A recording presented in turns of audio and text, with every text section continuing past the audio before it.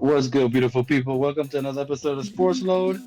I'm your host, John, and tonight I'm joined by my boy Kay and Senor Van over there. How we doing over there, guys? What's the vibes?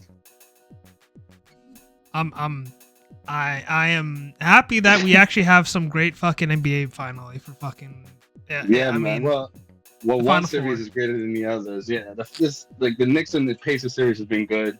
Listen, I mean, yeah, as a Knicks fan, I'm hurt and it sucks and I'm pissed. But at least we're not getting spanked. You know what I mean? It could be worse. true. It Is could not be. closing. Yeah, I said Knicks in seven. Whatever now. You know what I mean? Just get away. We could talk about Just- that afterwards, but Yeah. how you feeling, man? For me, Yeah, how you feeling? How you feeling, Joe? I feel sad and depressed. Like there's levels to this Knicks fandom, if you will. Like the first reaction is anger, well, rage, then anger, Right. then depression, denial, then acceptance. And you know how I'm feeling Go as How go you for it. feeling? as a hater of the Knicks. Yes. Seeing that from Knicks fans all around me brings joy to my face. I What- have to be the same.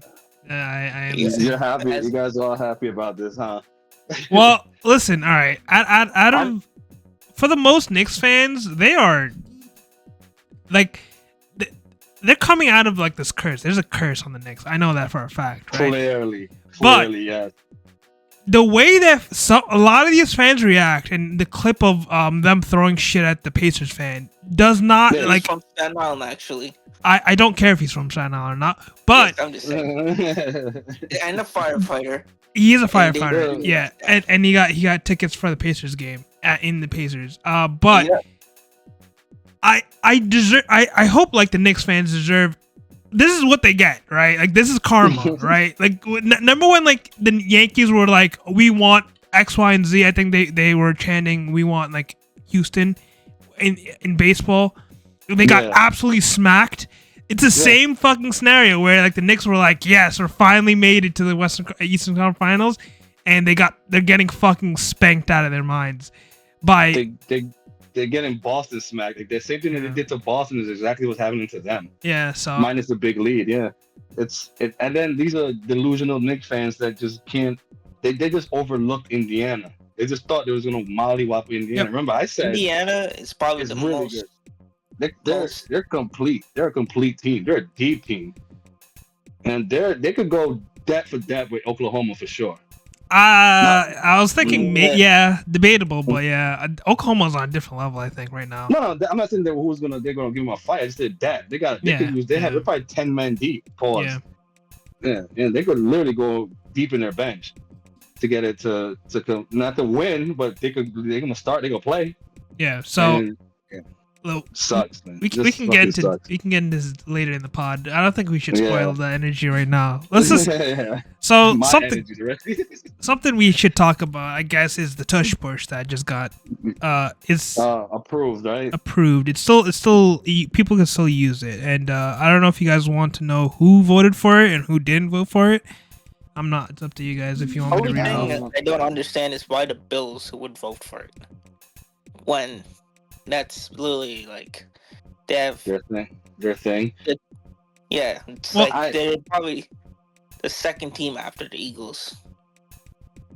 Them and I maybe don't- the Ravens. Maybe them. I was gonna say maybe them and the Chiefs. No, don't they Patrick use it too? Okay, so the teams that voted to ban the tush push is the Commanders, the Cowboys, Mhm. the Giants, obviously all Yep. three, clearly. Yeah, the division. Yeah. Bills, Steelers, Bengals, Houston, Colts, Chiefs, Chargers, Raiders, Broncos, Vikings, Packers, Bears, Buccaneers, Falcons, Panthers, Rams, Seahawks, Cardinals, and 49ers. And the teams that didn't vote for it, or that wanted to keep the tush push, is the Ravens, Patriots, Lions, Browns, Jaguars, Dolphins, Saints, Titans, and Jets. Really, the Jets voted for it. Justin for- Fields, right? against it. I guess. Yeah. No, they Yeah. voted to keep the tush push To keep according it, to yeah. CBS. Oh, But okay. I don't I mean, the reasoning behind some of these teams that wanted to keep the touch push was like it's a move that should be legal. Like it doesn't hurt anyone. There hasn't been any. There's no injuries. There hasn't been any yeah. injuries yet. And it's strictly because it's boring and nobody likes it. That's just what it is. right. I mean, it's a cheesy move. That's honestly what it is. It's cheese. Yeah, it's a cheese move. But it's completely legal, and if you can't do it, you're mad that they can. Yeah, right. It's like stop it just because you can't stop it, type shit. Yeah, it's like the hack a Shack, when the NBA happened, but obviously the NBA stepped in and kind of changed that rule because no one wants to see 90 fucking free throws a game. But it can be like that too. I think what they should do is like under maybe in a fourth quarter under 2 minutes you can use it, type shit. They could always all day fuck around with it. They don't have to ban it completely. Like the same thing with the hack a Shack stuff. Don't even do it now. Like if you're under 2 minutes, you can do it, or isn't there something similar to that? There's a rule. You can't just start the game doing that shit. Right. I think it's like I don't know if there's a time limit to it, but there's definitely like if you foul someone that's off ball, they get a shot as well as they get the ball back. They get the ball back, if the team is in the bonus, then obviously the team's in the bonus, but I don't know exactly how they altered the change of the rule, but I think maybe under 2 minutes is a that's a believable statement, I guess. Yeah, like if it's not legal, nobody's getting hurt. You might as well just leave. Personally as a fan, I don't like it, but like part of the game. What can you do? Right. That's the way I look at it. But if you want to, I don't think you should get rid of it. You can just alternate it a little bit. Put some rules around it. Right. That's what I think you should put it under 2 minutes. And again, most of the teams that betted that voted for it, I think those are teams that use it all the time. They benefit for it clearly. Like, can you believe the Eagles would not vote for it? You know what I mean? Of course they're gonna vote. Well, for yeah, I don't think they didn't vote at all, right? Yeah, so it was their shit. Yeah, their invention almost, right? The confusing part was the Browns, the Jaguars, the Dolphins, which I was just like, okay, you want Tua to do a tush push? Like what? The Saints and the Titans, like these are all teams that don't have quarterbacks, and they were like, yeah, fuck it, why not, right? Like the Saints use what's his name, the tight end. Taysom Hill? Yeah, they use them in that type of situation. Yeah, sure. I mean, you can do that with any team, then, right? Any team can do that, right? Yeah, but Jesus Christ, like, what the hell is like the Titans doing, bro? Like, seriously, what is really? The Titans, the Dolphins. The Titans, like, if you're Cam Ward, you're like, God, like, oh, like, I'm out now, right? Like, yeah, and two of us went back to the coach, like, what are you guys doing? He's like, he's not gonna know because he's gonna be concussed week 3 anyways. Bro, the fucking Category 1 hurricane wind will fucking give Tua CTE, bro. Like, get the fuck out of here. Yeah, I mean, to be fair, his QB sneaks are fine. Him running around and trying to dive for the first down is the problem, right? It's the problem. Or just stay away from a windy city, man. He could literally get concussed. That guy just made of glass. Yeah, I'm surprised they voted for this and not like QB sliding and stuff like that, because I think that was like the biggest issue. I agree. Like something with the QB sliding gotta be changed too. Like I don't like the fact that the quarterback is like a cop out for the quarterback when like especially when a guy's rushing after them and he's already in the air. Right. I mean, I feel like what, you gonna stop in the middle of the air? How's that possible? Well, yeah. Yeah. I was gonna say how Chiefs Patrick Mahomes always fake slides and then he gets extra yards, and that's why a lot of people just try to hurt Patrick Mahomes or try to hurt Patrick Mahomes. But I'm surprised that they didn't vote for that or even try to go vote for it. To be fair, I honestly thought they were gonna ban it. I was hoping they were gonna ban it. The QB slide? The tush push. I was hoping to get it banned, but again, I'm trying to. I just don't like it. That's just my view as a fan. It's just stupid. But if my thing is like if you mad about something, you should try and stop it anyway. Yeah, it's part of the game. Yeah, exactly. Like if I was playing the game, I'd probably use it. You know what I mean? I just don't like because I'm a Eagles hater. Yeah, and a lot of these teams They're just mad their offensive line is not as elite as the Eagles. Exactly. So that's the thing. But fan wise, I was hoping for it to get banned.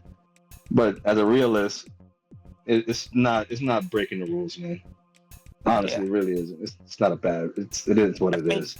They should keep it like a rule where it's only like a goal line situation. Like you can only use it within the 10. Yeah. Or even like inside the 20, inside the 10. Yeah, inside the 10, you can use it under 2 minutes. You can alternate with it. You can fuck around with it for sure. Yeah, I just think they like the teams have to vote on this, and rather than the NFL basically laissez-faire this. I don't want the NFL to basically do a second April bullshit how the NBA did it. Yeah. You gotta have like a voting or something, like the teams overall voting. Don't have like this president of NFL or whatever fucking just be like, yeah, we're just dropping the hammer on this. I think another topic we should talk about is the Colts owner passed away. This birthday, right? Yeah. R.I.P. What was that? 65, right? 65 or 62 years old. Jesus. And do you guys have any directions on what they're gonna do after this? Because he's the owner, right? So like, does he have his daughters? His daughters. Yeah, so his daughter's probably gonna run the team. Yeah, but I don't see them keeping their head coach and Anthony Richardson after this, right? Like they're gonna have a fresh start.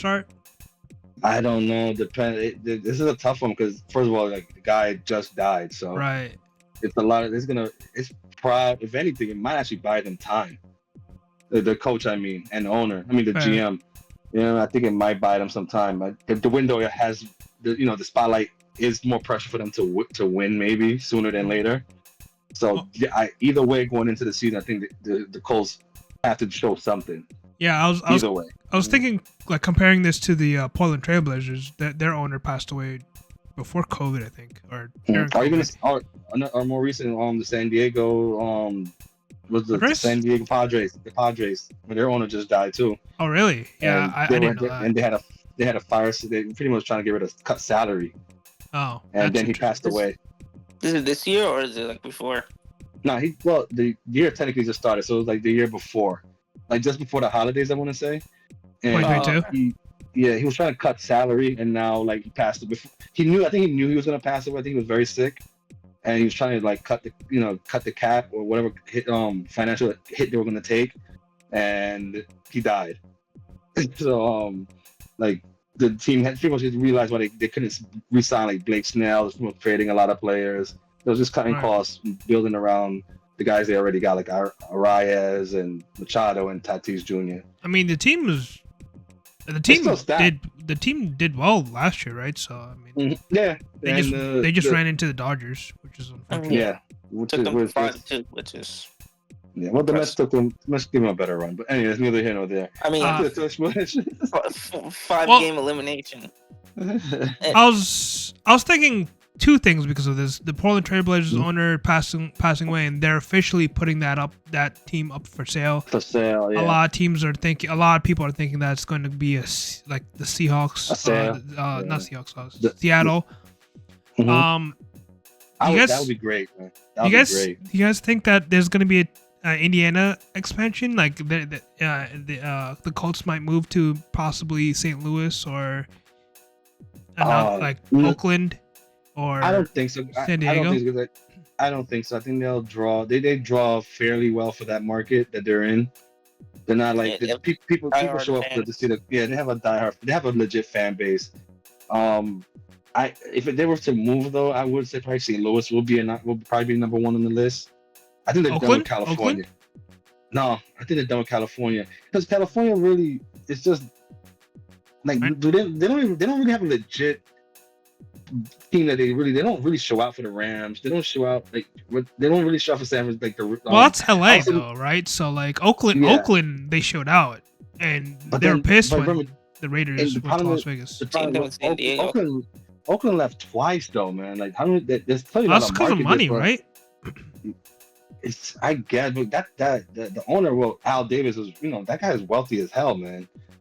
I think the Vegas was perfect for them. I think that I don't know if Oakland can support a team. I think that's now it's a basketball city now. Technically, right? Because Golden State's in San Francisco. And they're winning. You know what I mean? And the Raiders, I never would thought Oakland would lose the Raiders. Yeah. But it's clear there's no money being generated. They're not going to leave because of lack of money. Well, also they would have to compete with the 49ers, who probably are the biggest fan base. Probably, yeah, it's probably what it is. And it's so close. San Francisco, Oakland, it's literally a bridge apart, right? Yeah. So I was just thinking. I was trying to throw that out debate on. I don't want no more California franchises, man. Like California's had enough. Yeah, I mean it is the biggest state, I think, popularity-wise, right? So I really wish San Diego would have kept the team because Sacramento, San Diego's a city. No? Maybe Sacramento.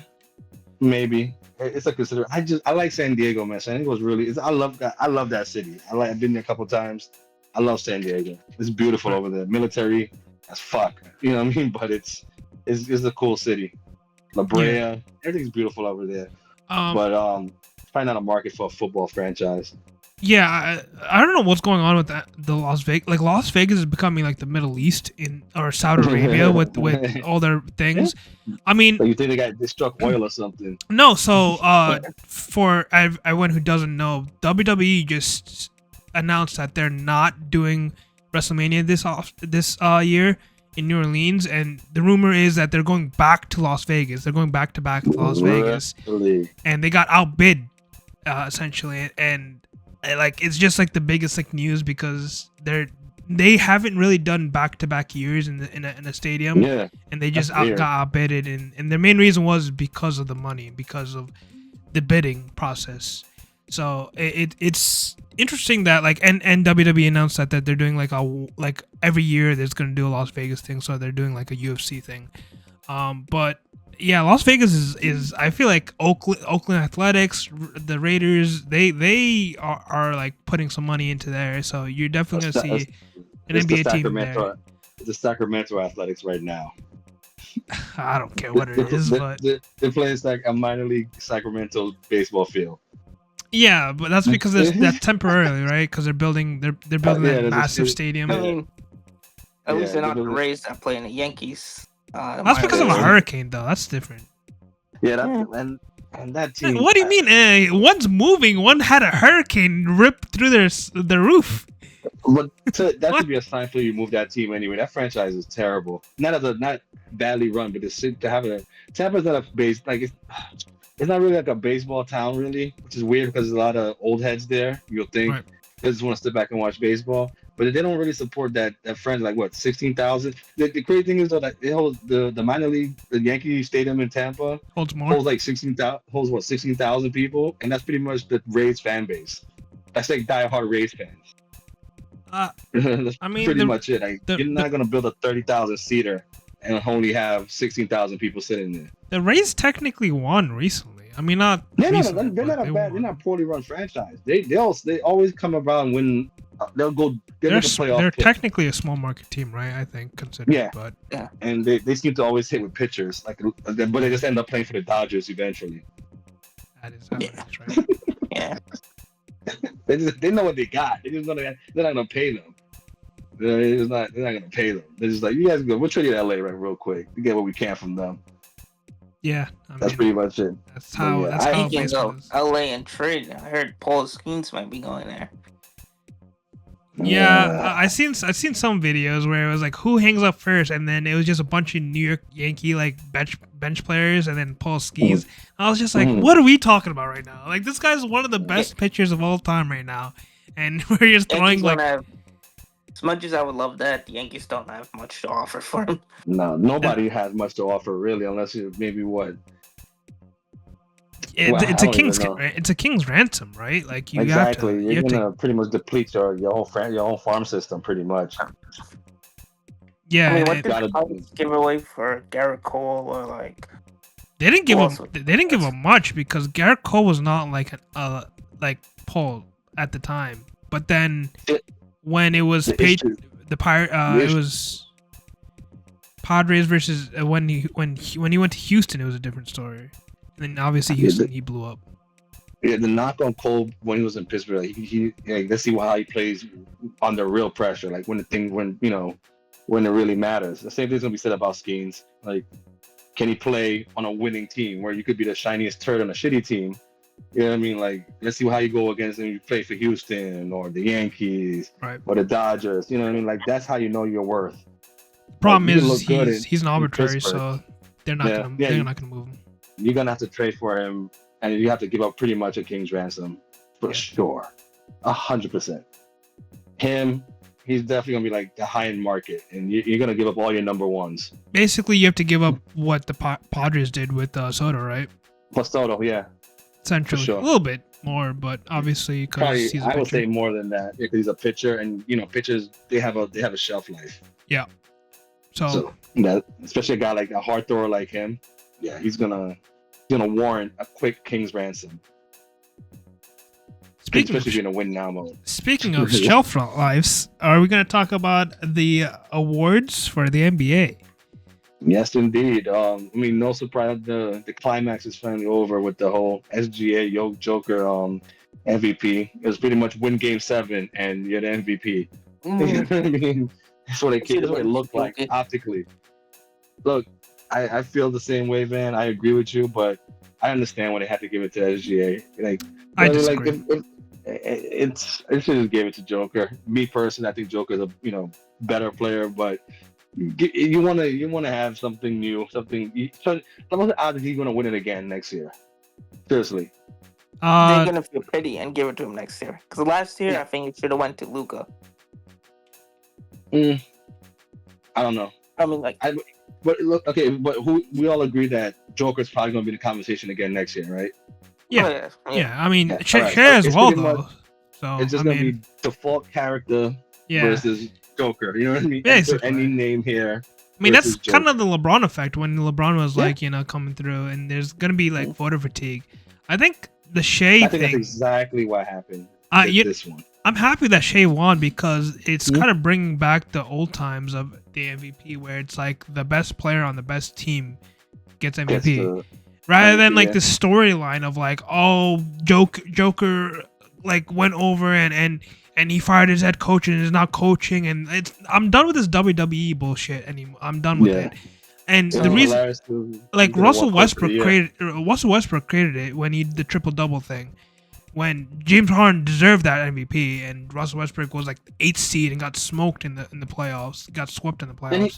And for most of the time, he was padding his stats anyway. Right. So that being said, Shea winning it kind of like resets the not really resets, but like resets the narrative. It really does. I agree with you because now it's the best player for sure. Not to say Joker wasn't the best player though. No, he didn't deserve it. No, he was the best player on the best team. No, he wasn't. Harden was. The year he won, Harden was on that team. Correct. Harden carried that team. Yeah. I mean, the guy had 30 points. Yeah, and if he also played like how many games that season? So it didn't really. That was probably the most he ever played. Right, it was like 50-something games. Yeah. And he won the MVP. Yeah, and that was the rule where you have to play over 65 to get MVP or even qualify for seasonal awards. But I mean, honestly, man, I don't mind SGA winning. I knew it was one of the two anyway. I'm happy he won. It does set the market, but the way I like the game, I like the way I like Joker's game more. But I'm not mad either way, to be honest with you. Joker will always have opportunities to get one next year. Now, can we talk about our boy SGA and the foul baiting? Let's go through the awards first. Let's go through the awards. So you guys want to talk about who won Coach of the Year? Was it OKC's guy? Oh no, Atkinson, right? No, it's Atkinson, yeah. Yeah. What is he coach for? Coach of the Year. Cavs. The Cavs? Oh, yeah. That makes sense. That makes sense. I mean, we're not talking playoff anyway, so it's just for season. Yeah, it was Atkinson's. Kind of just a no-brainer. He was first seed. Changed up. Like I don't think anyone thought this Cavs team will be this great. So. No, it was number. Yeah, like it was just like a mid-round, mid-seed. Yeah. Like I've had him like from 3 to 6 range for sure. But yeah, it's gonna be so it's interesting to pick. Six man was Pritchard, right? six man was no six. Six man was, I believe, Pritchard. Yeah. Yeah, I gotta double that's check with deserving. No debate. Yeah, which sucked because I thought Nasri was going to make another leap, and he didn't take a leap. I thought that was for him to take. Yeah, Pritchard was like he was basically a starter. In some yeah, he was a starter. So, yeah. Pritchard was great. It was six man, and then you had most improved, which is Dyson Daniels, which I disagree on. You disagree with that? I think either you can have Amin Thompson or you can have Jalen Green or any of the Houston Rockets guys. Here's the thing, right? I think there's less naturally growth, though, man. I think they're just gonna keep getting better. Here's the thing: you can't be most improved and not make the playoffs. It makes zero sense, and you're not even the best player on your best team. Like like Dyson, I guess like there has to be some qualification. He has 14 points a game. Are we dead ass right now? Like 14 points a game? It's defense. He was a defensive guy. It doesn't matter. Okay, Amin Thompson was the first team defense. He's Daniels on that too now. Yeah, but he's the youngest. But, I think Amin Thompson's ceiling is way higher than this. Like, this is beneath Amin Thompson, to be honest with you.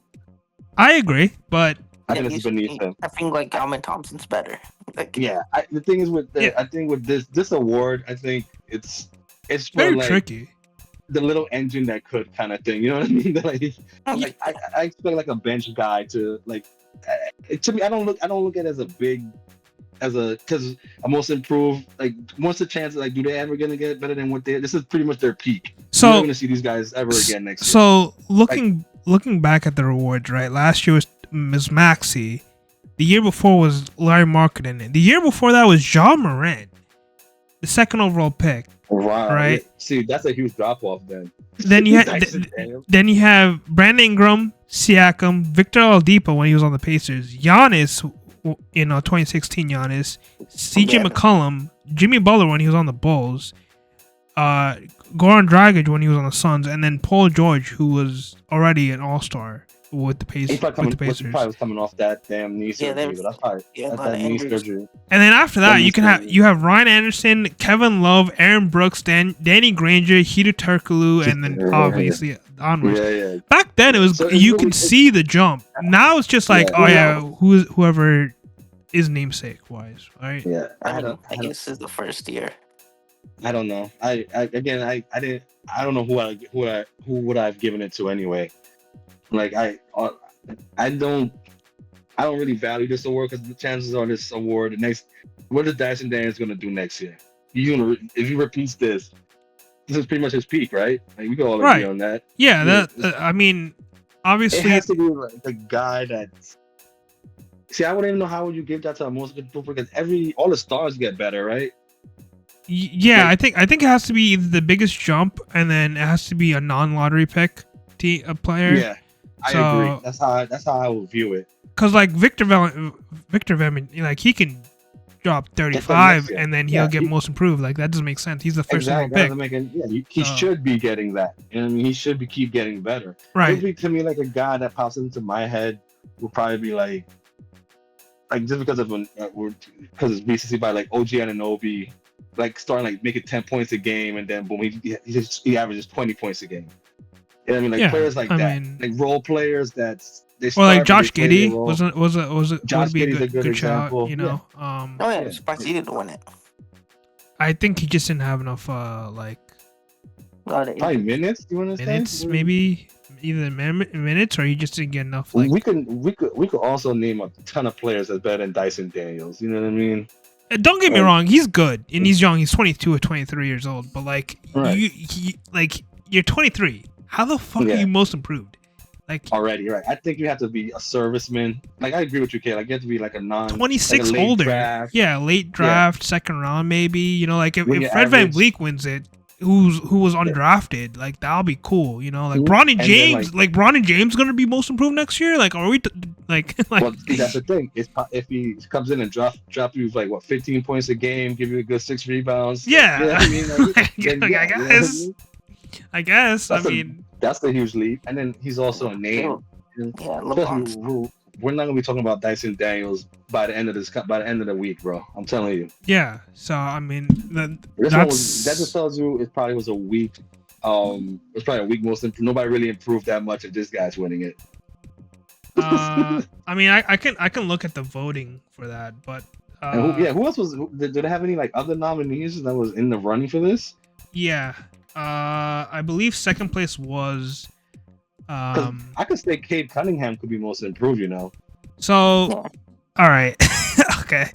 Dyson Daniels was number 1. Zubac was number 2 for voting. By the way, there you go. Cade Cunningham was number 3. Cade Cunningham, the first overall pick, was number 3. By the way, in voting. Yeah. Christian Braun was number 4. Austin Reeves was number 5. Evan Mobley was number 6, and then Amen Thompson was number 7. And then Dave Avijada, whatever the Portland Trailblazers guy was number was 8. So I'm guessing after hearing these names, I guess like they're obviously better than Dyson Daniels, but did they like the jump in numbers? Amen Thompson's jump in numbers was more than fucking Dyson Daniels. I can tell you that right now. But dude, I would have given it to Zubac, man. I would have given it to Zubac. Yeah, having Cade Cunningham in this conversation is ridiculous, bro. It's hilarious. I'm sorry. Amen Thompson also and Evan Mobley should not be in the conversation. Amen Thompson was the 3rd overall pick. Evan Mobley was 2nd overall pick. Right. But you see, this is the thing. Though, pure R word, by the way. Pure R word. Like I agree. OG was down there. Jalen Williams is bottom of the list, by the way, and Josh Giddey had a couple of picks. Here's the thing with Evan Mobley. I guess to me he'll be considered a most improved from my eye because I didn't see him past just being a stick figure big man. I didn't think he was gonna be a shooter. I didn't know he could shoot threes the way he was shooting threes. Like I honestly didn't see that coming. In my eyes, he's also a most improved. I thought he was really just a stagnant player. So like in that case, again, you're right. He's supposed to be improving at least because he's a top 2 pick, right? Yeah, I mean, it sucks that like you're a top 5 pick and like he started off well. Like he was a great rookie. Decent, He came out as mostly defense. He was just a defensive guy coming out of college. Yeah, and now he like really improved his offense. Like I could see a devil's advocate version, an argument against my argument. Same. For Evan Mobley in particular. Yeah. Like that kind of shoots my argument in the foot because like how do you explain that? Because this guy just went off on the offensive. He became an offensive player all of a sudden. Yeah, but like play both sides. That's what you expect out of the guy. So it's would think, but a guy in that position though, like what I mean, the position he plays, you wouldn't really. Coming like his pedigree alone, you know what I mean? Right. Like, I mean, then you're now you're kind of arguing like narrative, or you're arguing like it's. I just think he just did not. I didn't see an offensive. I didn't even see him averaging 10 points a game. To be honest, I think he was just a defensive guy only. Yeah, this is definitely. This was an offensive boost for him. Yeah. I still like 100%. I would go after Zubac as my pick. But I just agree. see an argument against mine would be Evan Mobley. Yeah, I mean it's this award is definitely situational because like like Ja Morant winning it, right? Like I guess, right? But like I mean, he's a top 2 pick, Also, like what came back from the injury that year, no? Is this NBA comeback player of the year? Or is this most improved? Like what do we breaking news, gentlemen, breaking news. Real quick, the Knicks are considering a lineup change. Might bench Josh Hart over Mitchell Robinson. Smart. Yeah, I agree. Oh yeah, they're playing that power forward center. I love Josh Hart, but he's becoming a liability in the fourth quarter. Offensively, for sure. Yeah, and offensively too. Slipping and falling and slipping and cutting it right now in the fourth quarter. He's picking the wrong time to play Stooge. He needs to get his shit together. I mean, we could talk about it. I mean, obviously, Rookie of the Year is Stephon Castle. No debate on that. No debate. So defensive player, same thing. But Defensive Player of the Year, Evan Mobley. Crazy that he won Defensive Player and not Most Improved, but okay. Yeah, that's weird, right? You want to talk about first teams and second teams, or we'll do that real quick. Yeah, all right. So first teams is Shea, Jokic, Giannis, Donovan Mitchell and Tatum. I don't like Mitchell. I don't like Mitchell there. Bias is my boy JB, Captain Clutch. You heard? Yeah. I would have had Brunson there. Number 2 is Jalen Brunson, Stephen Curry for number 2, Anthony Edwards, LeBron James, and Evan Mobley. Keep in mind, no Houston Rocket team player here, and they were the 2nd seed. But you have Stephen Curry, who was 7th seed, averaging less than a lot of these players, and LeBron James, who was not the best player in his team. I would put them 2 at 3rd team. If you want to think about 3rd team, it is Cade Cunningham, Tyrese Halliburton, James Harden, Cat, and Jalen Williams. Ooh, I'm not mad at that one, but I would have put LeBron and Curry maybe there, if at all. I would not have Curry in any of these, by the way. No, I would have had Curry over LeBron in these, and for sure. I think they're doing the 2 guards, 3 wings scenario. Yeah, I still would have had Curry there. Like well, let's not forget he was carrying that team like he always does before Jimmy got there. LeBron did have Luka, Austin Reeves. Yeah, I sent a clip on the group chat. It was Stephen Curry's numbers, which is 24.5, 6 assists a game, and then 44.8 free throws. Field goals, and then Devin Booker, who had way better numbers, 25.6 points, 7 assists a game, and then better field goal, 46.1. Oh yeah, I did see that. And he's not even in the list. So like, I guess they're considering you being in the playoffs or whatnot, but like this is or what your team do, right? Like how were you towards the thing? What did your team really achieve? But you have Kevin Durant and I guess Bradley Beal when he wants to show up. That he should. I didn't like Booker's body language at all this year. It seemed like he checked out. You know what I mean? I don't blame him, but yeah. As Houston not being there is going to be. Yeah, I would have had a Thompson there for sure. Or Sengun. Yeah, Sengun. I would have Sengun. Yeah, I'd have Sengun over. I would have switched Mitchell with Brunson for 1 and 2. Or maybe even Edwards. Edwards should have been number 1 in the first team as well. Yeah.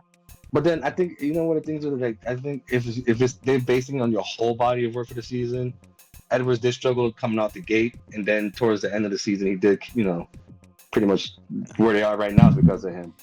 I don't agree with that. I hope they didn't go by that. If you're talking about like whole body, like James Harden just choked in the first round. Mm-hmm. Is Jalen Williams like? I have to look at his. I wouldn't have him there. There's other players that should be on the Thunder, right? Yeah. Yeah. And then Cade Cunningham and Halliburton, right? Like those 2 guys, just like question marks. I say Halliburton is more question mark than Cade. Cade did have the team is in the playoffs. Both were. They both were. But I just think Cade had way better numbers than Halliburton. Halliburton, I think he disappears so much. Well, that is true. To be fair, Halliburton also isn't the top scorer on his own team. So. Right. Yeah, but Cade is though, right? He's the top. He has averaged like 10 assists a game. Yeah, he does. Siakam is number 1, but yeah, they run through the offense through Halliburton. Yeah, and then there's no dominant scorer on that team. It's just whoever's hot, right? Essentially, right? I mean, they really do play team balls. So I'm not too mad with Halliburton and Cade. If I had to choose one, I'll choose Cade over Halliburton for the 3rd team. Yeah, Cade had a really good year. Yeah, I think he took that star leap. You know what I mean? I consider Halliburton a star already. Now he's flirting becoming a superstar if he leads his team to possibly a championship. Do you think Stephen A is wrong about saying that he's not a superstar? Who's not a superstar? Halliburton? Yeah. I think he's a star on the rise. I just say star before superstar. And I think he's a superstar. It's just that he's a small market. If he was on the Knicks, there would be a statue in the garden right now. Look, I like his game. I like his game. My only issue with him is like he fucking disappears for too much for my liking. But what I do like about him is that he shows up when it matters. He is the most clutch player right now. Yeah, he's beating Mr. Clutch in his own game. Yeah. The crazy thing is too, like we chose Obi Toppin over him No, they're on the same team, which is hilarious. Yeah, Yes. that's the domino effect, right? Mm-hmm. I mean, it's really the Kings' fault. So Yeah, the Kings. they traded all that away to have the 2023 Bulls. Yeah. As a Bulls fan, I would not want that team. Yeah. You guys could have had a Halliburton, bro. Maybe. Yeah, I think there was an offer where someone was offering Halliburton and a couple, like I think the Kings offered Halliburton 3 first-round picks and Fox for someone. I don't remember exactly who it was. It might have been Paul George. Or no, it was Tobias Harris for the 76ers. No, And Ben Simmons or something like that. It was Simmons. Ben Simmons, Tobias Harris, and someone else for Halliburton, all these guys, and obviously 76ers declined it. But I mean... the only thing is, like, with Halliburton, forget about the playoffs. I think he's killing the playoff in the season, man. Like, he just... I don't know. Something about him is just, like, he's there, but he needs to... He's going to be a superstar. Right now, in my eyes, he's not there yet. I think I need a complete body of work from him. I think he is a superstar. I think his expectations is low, right? I think a lot of people didn't expect him to be Eastern Conference Finals guy, right? So like I think a lot of people are thinking, oh yeah, he's just a star or he's a role player or whatever. But if he played on Brooklyn, right, he'll be like a better Miles Bridges, right? Or if he played like in LA, he would be basically offensively, yeah. Well, he's not good. He's not a good defender. But I'm saying like the namesake of Halliburton would have been up there.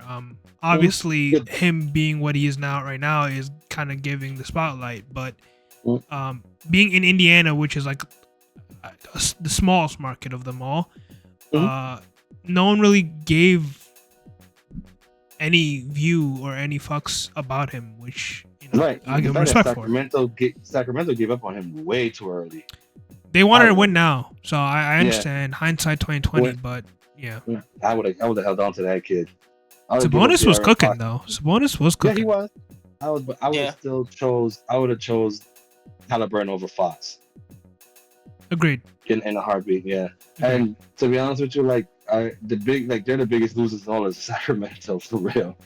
And Halliburton is look, he's one of those guys that he's just everything you say he uses it against you, man. Like these are like he's one of those guys that he builds off negative energy and turns it into something as motivational tool for him. Like he really does listen to people when they call him overrated. Yeah. And all this shit. And I never felt that way about him. I thought this kid, like, if you want to start a team with him as your building block, I can't get mad at that. Agreed. I can't get mad at that. I mean, Aaron Nesmith as well. He was part of the Fuck that guy. He was part of the trade where they got he was a Boston Celtic. He was getting traded for man, I forgot his name. I forgot his name too. I know who you're talking about. But basically everyone was saying like they traded a bag of peanuts for this guy, Malcolm Brogdon, and and obviously he took that to heart, and now you see the effects, which is insane. All these are domino effects, by the way. These are all like butterfly effects, which is crazy to me. Yeah. Because Malcolm Brogdon became Drew Holiday, who became the championship winner, right? So it's like everything coming full circle. Yeah. So and then you have guys like Nembhard, who wasn't even drafted, or I think he was drafted late. And look at him. Yep. Like, that guy is cold. Like he's like, you got a Sackler mentality. That guy has no emotions when he plays the game. He just plays the game. He's one of those guys that he don't give a shit and then he leaves. You know what I mean? Yeah, I think NBA has to like kind of refocus on getting competitive players and rather than just talent, because there's talent. There's obviously talent. Yeah, there's a lot of talent. Yeah. Competitive players like Anthony Edwards is that makes the viewership drive up. So the problem is though. Here's the thing though. Look, more than likely we're gonna have OKC versus Indiana. Looks like. Yeah. Who's watching that? Who's that marketing to? Who's gonna, other than basketball purists, who's gonna care about this matchup? I'm interested to see the numbers. I bet you the Knicks Pistons ratings will probably be better than whatever ratings got going on for OKC versus Indiana. Yeah, unfortunately, that's honestly how it works. Unless it's LA versus New York. Yeah. If I say Piston Knicks. It's gonna be a better viewership than the finals. Yeah. Yeah. Because I think Indiana Knicks is gonna be the overall best rated series ever because they're all close games. Yeah. They're all nail biters. Those is dramatic. There's a lot of like parody behind it. So I'm even throwing that away because I know that's gonna win out no matter what. I was thinking maybe Boston Knicks too. Could be too. Yeah. Yeah. I mean, either way, whatever. Markets. As even if you're a Knicks hater, it's must see TV. It is must see TV. Yeah. Like every game has been entertaining, pretty much, except for like the game they got blown out and the game they blown out Boston. So it's must see TV. So I doubt the finals overall viewership is gonna be way down with OKC, Indiana. Other than those two cities, nobody's gonna give a shit. And we might end up having a great series. I mean, I feel like it might be like the whole LA versus New York Dodgers effect, where like Japan has the most viewership, or like it might be an international country that might have more viewers than like actual America. But I mean, I guess we just talk about it, right? Let's just rip the band. Canada probably. Let's just rip the band-aid and just talk about the Knicks and the Pacers because we're already there, right? Like we're just. Already... Might as well wrap it up on this, by the way, because I'm pissed. Yeah. But look, this is a learning experience for the Knicks for sure, to learn how to be a fucking like. There's no killer instinct in this team at all. There's no put away in this team. They play to the opponent's pedigree, which is the Knicks are a defensive team first, and they should build around Cat and Brunson, no matter who. And then the problem is that Cat disappears way too often, way too early in the game. And then you rely too heavy on Bridges, which you shouldn't. You should rely on Bridges and Brunson in the fourth. I mean, you let Cat and OG and other guys help you, guide you through the first three quarters, and then you get your assassins out which I believe it should be Bridges and Brunson. Yeah. The problem is Bridges, Anunoby, and to a lesser extent Brunson is guarding Halliburton, Nembhard, and Nesmith. Yeah. So which leaves you with Cat, and my issue with him is that he's not dominated. He's way better than whatever Indiana is giving and throwing at him. He's better than Siakam. He's better than Siakam. He's better than Miles Turner, bro. Yeah, but I'm saying like he should dominate that. Miles Turner's not a defensive juggernaut. He's not Mobley or Jarrett. I mean, he's better than most defenders. Right, but Cat should still run numbers on him. I mean, career-wise, he doesn't have the edge on Miles Turner. Besides this year, I just think Cat should be doing more. He's very. Game one, he did good. He needs to, but he did it lead to a win. He needs to be. You see how Brunson's averaging 30 a game? That should be Cat's number. A point guard should never shoot like that. Should never. Cat has 20 and 7, and he has last game. Yeah. For some reason, he has the least amount of minutes as a starting five, which makes no sense. Yeah. But and that's because he's a defensive liability. Well, then I guess you run the power forward center run where you have how the Timberwolves have Rudy Gobert and Julius Randle. Yeah. You run Mitchell Robinson and Cat. Cat had his best years when he was with Rudy when Rudy came in, because then he didn't have to rely heavy on defense. Right. You have Mitchell Robinson. The problem is Mitchell gets fouls like they're going out of style. Yeah. So while you were talking, this New York Knicks reminded me of the Timberwolves last year, and I said this before, where they literally built this team to beat Boston, and as soon as they beat Boston, they're just like, yeah, we're done, right? Like this is it. Coasting. Yeah, it's coasting. Timberwolves did that when they beat Denver. They built that team to beat Denver. They beat Denver, and then they lost to they lost to the Mavericks. Right. This team, they beat Boston. Now they're gonna lose to the Pacers. Obviously, both teams probably gonna lose in the finals. It's just like I said before. I was like, this team was like they look like they just got to the mountaintop, but there's like 800 miles ahead of them still, and they're just like the championship game was Boston. Basically, they popped the confetti and they're holding out, and they're like, yeah, we went to the Eastern Conference Finals. They're putting that banner up rather than being like, yo, this is it. Like this is like the final stretch, which is unfortunate. No, you're right, and I think that's remember I just in a couple of podcasts ago I said this like the Knicks. I don't like to judge the Knicks now. I'm good. This is what look. Honestly, we're playing with fool's gold right now. I was gonna judge the Knicks starting next year because I thought it was gonna take them some time to mold this team together. Now, what I'll say now is like going for. I don't want them to add anything to this team. Don't touch anything. The same way Indiana. They gotta add depth. Follow Indiana. They gotta add no. That is different. But that's you don't have to kill the cap for that. You know what I mean? You're not gonna deplete your cap space for that.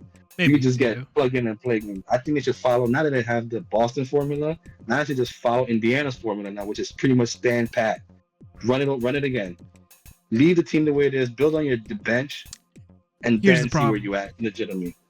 Here's the problem. This is where you like the past self gets like past self bites you in the ass essentially, right? You traded 5 first-round picks for Bridges, so you don't have a first-round pick anymore for the next 10 years, basically. You're not gonna draft anybody though. Pacers drafted players, right? So you kind of like if you're trying to follow that, you can't really follow that. Now in the free agency, you might get some key players that can come in, and because New York is a good market to jump in, but obviously there's going to be teams that have bigger cap and they will overpay for those guys.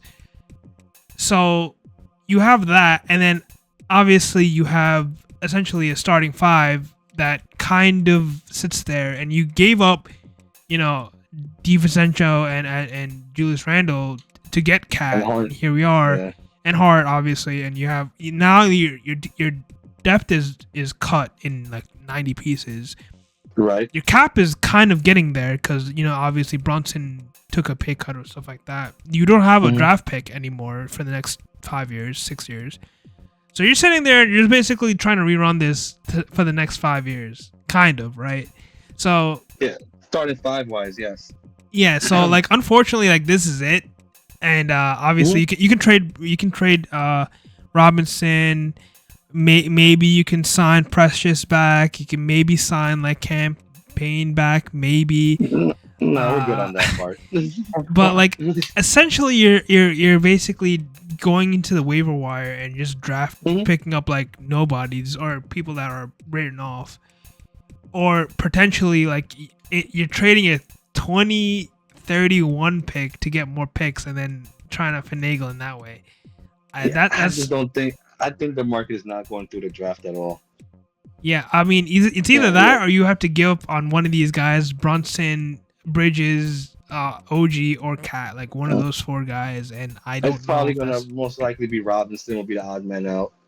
Yeah, I mean, of course that, but I'm saying like one of the other starting 5s just to get like depth, right? Like, I mean, I think I agree. They're going to have to give up if they really want like a legit 6-man type of guy, like a legit award-winning 6-man. It's going to take you're going to have to sell. You have to give up one of your starters for sure. I think what I think they're going to end up doing is pretty much just patchwork. I don't know if that's going to work, but I really want them to don't touch the starting 5. Let them figure it out together as a team, and then worry year 3 because this is a 5-year plan. Yeah, this is year 1 of a 5-year plan. Do you fire Tom Thibodeau next year? No, I want to, but he made it. You can't fire him now. He really earned another year. Well, in your scenario, exactly. Right? Like in your scenario, you're playing fool's gold, so you're like next year is your trial run, right? Yeah, next year is no excuse run. No excuse run, right? So like Tom Thibodeau is running the back with that team, then he's gonna have to. My thing is, if this team is underperforming in the middle of the season, it might even be a shorter leash. He might be gone before playoff time. Yeah, I mean, because this team should be this way next year. Agreed. This is giving me the Giants when they play up with Daniel Jones. Yeah. I'm getting this vibe. I'm like, they're overachieving right now. Yeah, that's not a good vibe though. I'm worried about it, and I think they're gonna panic and fire the guy before they add any depth. Well, yeah, that's kind of what I was thinking. Like, there's obviously some targets that I would say they should 100% go after, like guys like CP3, guys like those type of guys, right? Perfect, and he wouldn't be expensive. But the thing is, and I said this before, they are built for playoff ready. They are not built for season ready. So I think that will harm you guys even more because you guys are gonna either get really hot and then cool the fuck down in the middle of the season, and then Tom Thibodeau gets fired, or you guys are gonna stumble out of the gate and Tom Thibodeau gets fired, and then get really hot, and then how it is. This is why you gotta get a guy like CP3 on that team. If you get a guy like CP3 on that team, he'll get your head out your ass for sure. Yeah, CP3, some of these veterans guys. I'm glad you mentioned that. He is perfect. I doubt they'll go after him. I doubt he's gonna. Yeah, he makes so much sense. I think he's gonna be signed with the Spurs. I think he's gonna be. Yeah, I agree. I think it would make sense too. But I mean, man, he makes so much more sense with the Knicks because he'll play for sure. Tom's gonna let him play. Yeah. So he will, and he still could. He's not like he's a scrub. He could still give you a good 10 minutes and give you some. I mean, he'll be the veteran. He'll be the voice in the locker room for sure. Yeah, he'll fix that team up for sure. He'll take some. It might be his. It might be his best shot to actually get a ring. Well, it might be his best shot. He's in the East, so I think it's possible. Yeah. Boston. I doubt we doubt Boston's gonna be the same team. No. Clearly, Milwaukee's gonna be changed. You know what I mean? Like your only threats is gonna be Cleveland and Indiana as of right now. If everything is what we think is gonna be. Yeah, Toronto. Free agency. Yeah, and this is don't sleep on Toronto. Major.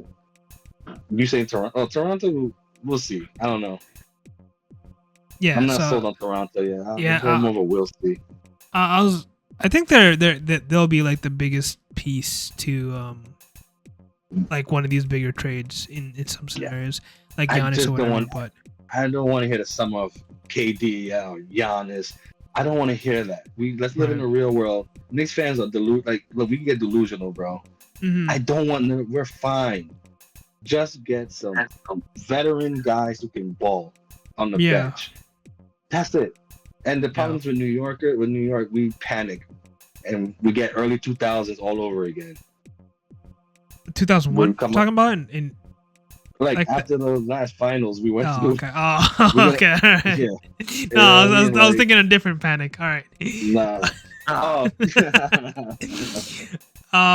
Yeah, I mean, I 100% agree. I mean, there's definitely veterans that can come out and sign with that team. It's just, will they take that role is the biggest issue. Because I would say like Josh Giddey will be great for you guys, but obviously Josh Giddey's not gonna come off the bench. He's gonna. Yeah, I don't think he's a Tibbs kind of guy. Yeah, so there's gonna be Tibbs type of guys, and there's gonna be guys who can come off the bench and stuff like that. So. Yeah, we gotta see. on it's gonna be interesting. But again, I know that I sound like I don't want to sound like the series is over or whatever. But dude, we got a lot to hang our heads high about as far. But they're not gonna look at it that way. They're gonna look at it like we got beat by the fucking Pacers, and the world is about to end. Granted, I felt like that myself, but the outlook is better. Well, the outlook is. Let's talk about Game 3. Do you have any optimism? I think the Knicks are going to win Game 3. I think Knicks are going to win Game 3. I think Knicks are going to win Game 3.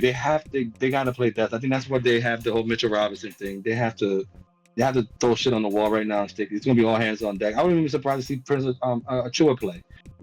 Right. So I think they're going to they're going to play desperate. Yeah. The thing is, Indiana knows that the Knicks are coming desperate. So they're going to be prepared. They have to prepare themselves for, a haymaker from the Knicks, and just hope to not get knocked out. All the Pacers got to do is just keep it close. The Pacers needs to play the Knicks like the Knicks play Boston. Just keep it close. Yeah, I was telling you, I think one of our podcasts, me and you, and I was saying how Pacers are probably the boring pick because they're just fundamental in their way, how they play. Old Spurs. I was saying that to someone, and they were like, "No, they're fast paced." They're fast. They're like the faster Spurs team. They're like the 6 seconds or less Suns, if you want to think about that. Yeah. I look at them like they're a well coached team. That Rick Carlisle will always have that team prepared, and they'll go on these little runs where they don't score for like 10 minutes, and then they know they could just make it up. They're never out of the game, right? Ever. You know what I mean? And this has been their pedigree. Whereas the Knicks is just playoff pedigree.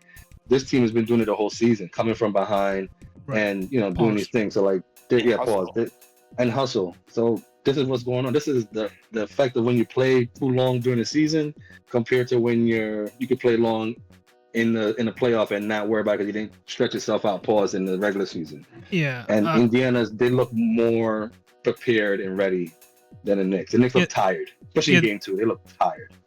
They're tapping out like by halftime. Yeah. I mean, the offensive rebounding, all that was great. I mean, from the Pacers side of things, and obviously the Knicks. I was saying before, they're like, if they get hot, they're getting hot, right? And the problem is with the Pacers, it's like ice versus fire, and Pacers are always gonna be like fundamentals. Like they're just gonna be constant. They're constant. So it's like they never ever play the opponent's game. They play their game and make the opponents. It's like it seems like when you watch a boxing fight or a UFC fight. You see a guy in the middle just walking the guy down, and the other guy just keeps backing up without even nobody's throwing a punch. They're just walking them by, and then eventually they get him caught in the corner, and they go for the punch. That's what the Pacers are doing to the Knicks. They're playing them. The Knicks play their game. They're walking the Knicks down to the corner. Now, I will say I think the Knicks are going. They should win this. I believe they're going to win this game. If they don't win, I think the Pacers are sweeping, right? Oh, then it's obviously going to get swept. And I think it'll be better off to just sweep the Knicks to get it over with. But just get it over. Pull the plug. The Knicks got to blow them out. The Knicks need to beat them the way Cleveland beat them in Game 3. They have to blow them out. You can't afford getting a close game. They get them out of there. So you let the bench play, and then hopefully you go into Game 4. And it's going to be hard. It's very hard for me to see them winning 3 games in Indiana. Yep. If you get at least 2, I think you'd be happy. Listen, if you get 2. The series is pretty much 0-0 again. So like, I mean, if you get 2, it's 3-2, right? I mean, then you have to like win back to back. Oh yeah, because we got to worry about a game. Because no, it's 2-2, 1-1. Yeah. So I mean, if you do win, you technically get back home court advantage, right? Yeah. Now you just got to win Game 3. Yeah. I just don't see it. Like, the Knicks are great. One of these, right?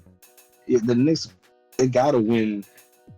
I mean, they have done it. They beat, they have a good record on the road, so they can do it. It's just I don't see it. I don't know. It's gonna be hard for me to see it. That's why for me to be happy. I mean, obviously for me to win out, the Knicks have to win in 7. So that means they have to win 3 games in Indiana. Yep. No, wait, no, I'm bugging. No. If they win Game 3, they can win Game 5 and then Game 7. Game 7, yeah. Right. So. That's why one of those home games they should have just won. Game 1 was their game to win. Yep. Because Game 2 they just looked tired. Game 2 they looked tired. That was an emotional beatdown. Because even I was tired just by watching, and I was watching it. So. So do we all have the Knicks winning Game 3? Yeah. Yeah. But also, wouldn't be surprised if they lose though. Go for it, Van. Vegas has the Pacers winning, so if you want to make some money, like yours truly, bet on the Knicks money line at plus 128. I also have the Knicks money line at plus 128. That's kind of why I have them. You guys want to talk about the Oklahoma, or we can do that tomorrow? We can do that tomorrow. No, you want to do it tomorrow? We can do it tomorrow. We'll get some Garrett advice. Nice. All right, I'm in. That's it, fellas. Yeah, I mean we gotta close it out, but like an hour in, we're pretty good. Let's close it out. Not bad. You gotta do your likes, subscribes. No, Jack, come on. You gotta do your line. Yeah, get your likes, you subscribe, you some comments. Don't be ignorant. Don't go full R word. Don't go full R word. Don't ever go full R word. Never go full R. All right. R as in raspberries. There you go. Yeah, sure. There you go. Sure, whatever you want. Have fun with that, guys. Deuces, we're out. I'm John. That's K. Master Van over there. We out, guys. Sportsload out.